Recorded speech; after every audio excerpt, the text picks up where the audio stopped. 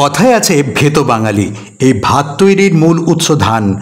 আর আজকে আপনাদের দেখাবো কিভাবে বীজতলা থেকে ধান গাছ তুলে মূল জমিতে রোপণ করা হয় বা পোঁতা হয়। এই দেখুন, এটা হচ্ছে বীজতলা। এখানে ধানের অসংখ্য চারা তৈরি করা হয়েছে।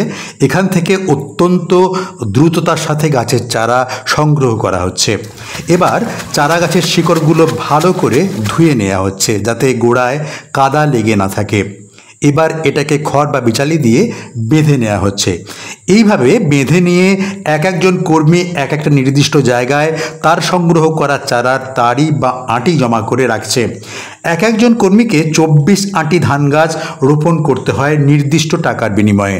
এবার এই ধান গাছের আঁটিগুলো বস্তায় ভরে মাথায় তুলে দিচ্ছে একে অপরকে।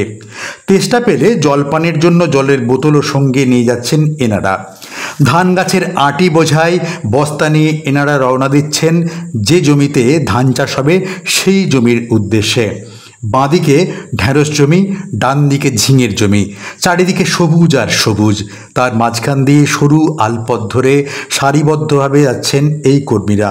খুব সুন্দর একটি দৃশ্য।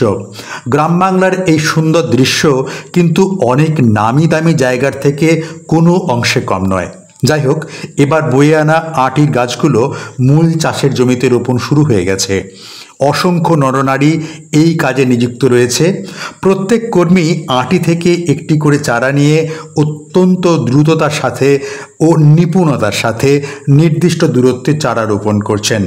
প্রচণ্ড রোদের মধ্যে এই ভ্যাপসানি গরমে তারা তাদের কাজটা খুব সুন্দরভাবে সম্পন্ন করছেন।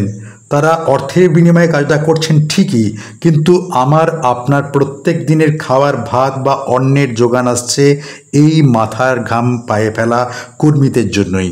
এই কর্মীদের প্রতি কৃতজ্ঞতা ও ভালোবাসা জানিয়ে শেষ করছি আজকের ভিডিওটি।